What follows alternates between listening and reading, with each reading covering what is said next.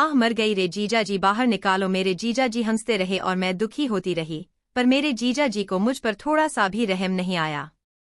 मैं जीजा जी से बार बार कह रही थी, जीजा जी अब नहीं, पर जीजा जी नहीं माने। हेलो दोस्तों, मेरा नाम काजल है और मैं 23 साल की आकर्षित लड़की हूँ।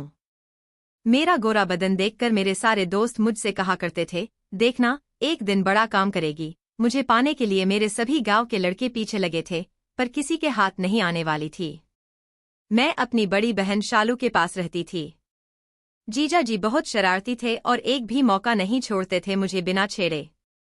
अक्सर दीदी से शिकायत करती थी कि जीजा जी मुझे परेशान करते रहते हैं, तो मेरी दीदी कहती थी, उनका तो काम ही यही है, उनकी बातों पर इतना ध्यान मत दिया करो। आखिर वह तुम्हारे जीजा है, क्या हुआ, हंसी मजाक कर दिया तो दीदी भी मुझे चुप करा देती थी। मैं दीदी से सारी बातें शेयर करती थी। जीजा जी मेरे लिए रोज चॉकलेट लाते थे और कहते थे कि तू बहुत अच्छी है, इसलिए तू चॉकलेट खाया कर। दीदी और जीजा का प्यार देखकर मुझे बहुत अच्छा लगता था। फिर मैं अपने घर चली गई, अपने मम्मी पापा के पास, और वहां रहने लगी। तभी मेरे जीजा जी का मेरी मम्मी के फोन पर फोन आता है और बोले, काजल का मन तो लग रहा है ना। फिर मेरी मम्मी ने मेरे से बात कराई। मैंने कहा, जीजा जी नमस्ते, कैसे हो। जीजा जी ने कहा, तुम्हारे बिना हम कैसे रह सकते हैं, अच्छे तो बिल्कुल नहीं हैं, जल्द से जल्द तुम वापस आ जाओ। मम्मी ने कहा, तू वहाँ क्या कर रही है, तू यहीं पर आ जा। मैंने मम्मी की बात मानी और सामान पैक करके वापस अपनी दीदी के घर चल पड़ी। जीजा जी ने मुझे 15 दिन भी अपने घर नहीं रहने दिया। लगातार उनका फोन आता रहा और मेरी दीदी मुझसे बात करती रही। दीदी पर अभी कोई बच्चा नहीं हुआ था, इसलिए वह दोनों अकेले रहते थे। दीदी के साथ ससुर गांव में रहते थे और दीदी जीजाजी शहर में नौकरी करते थे, इसलिए दीदी मुझे बार बार अपने घर बुलाती थी। अब तो मुझे भी अपने जीजा जी की आदत सी हो गई थी। जब तक उनसे थोड़ा छेड़खानी ना कर लूं, तब तक मेरा भी मन नहीं लगता था। फिर मैं दीदी के घर पहुंच गई। जैसे ही मैंने दरवाजा खोला तो क्या देखती हूँ, दीदी और जीजा आपस में प्यार कर रहे थे और जीजा को पता था कि काजल गेट पर खड़ी है। फिर भी जीजा जी ने दीदी को नहीं छोड़ा और वह लगातार प्यार करते रहे। जब मैंने खांसने का बहाना किया, तब जीजा जी ने गेट खोला और कहा, काजल तू आ गई, अच्छा किया तू आ गई।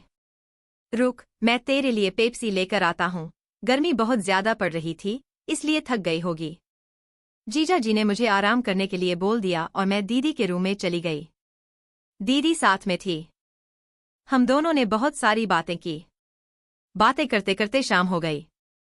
दीदी ने कहा, काजल शाम के खाने में क्या बनाऊं, शाही पनीर बना लूं या छोले भटूरे। मैंने कहा, दीदी कुछ भी बना लो, वैसे भी आज मुझे कुछ अच्छा नहीं लग रहा है, ऐसा मन कर रहा है कि जैसे मुझे उल्टी होने वाली है। मेरी दीदी ने कहा, तबीयत तो ठीक है ना तेरी। हाँ दीदी, मेरी तबीयत तो बिल्कुल ठीक है। फिर कुछ दिन बाद मेरा जन्मदिन आया। जन्मदिन को लेकर मेरे जीजा जी बहुत खुश थे और मेरी दीदी भी बहुत खुश थी। उन दोनों ने प्लानिंग कर रखा था कि मुझे महंगे कपड़े दिलाने हैं और महंगे होटल में खाना खिलाना है। मेरे जीजा जी ने कहा, आज तेरा बर्थडे है काजल, बताओ तुम्हें क्या चाहिए। मेरे मुंह से यह निकल गया, जीजा जी मुझे तो तुम और दीदी खुश रहो, इसके अलावा मुझे कुछ नहीं चाहिए। मेरे जीजा जी हंसकर बोले, अरे पागल, तुझे बताया था ना, तेरे लिए सरप्राइज रखा है। मैंने कहा, ठीक है दीदी। दीदी जागरण में चली गई और अब मैं घर पर अकेली थी। जीजा जी का इंतजार कर रही थी, जीजा जी को बार बार कॉल कर रही थी।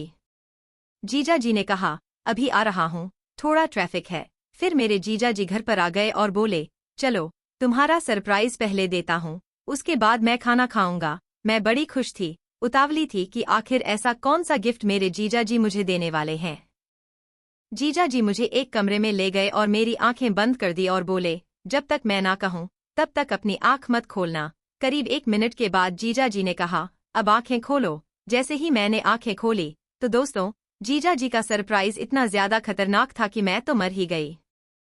फिर वही हुआ जिसकी मुझे उम्मीद थी। दीदी आई सुबह 4 बजे। दीदी ने कहा, काजल सरप्राइज मिल गया क्या? क्या दिया तुम्हारे जीजा जी ने? मैंने दीदी से कहा, दीदी मुझे तो वह सब मिल गया जिसकी मुझे उम्मीद ना थी। मेरी दीदी चौंक कर बोली, क्या बोली तू? मैंने कहा, अरे दीदी मेरे लिए डेयरी मिल्क की चॉकलेट लाए थे, उसे खाते खाते मेरा पेट तो भर गया पर मेरा मन नहीं भरा। दीदी हंसकर बोली, अच्छा मजाक कर लेती है। बस यह थी मेरी कहानी दोस्तों। अगर आपको थोड़ी सी भी पसंद आई हो तो इस कहानी को लाइक और हमारे चैनल को सब्सक्राइब कर लेना आगे ऐसी कहानियां सुनने के लिए।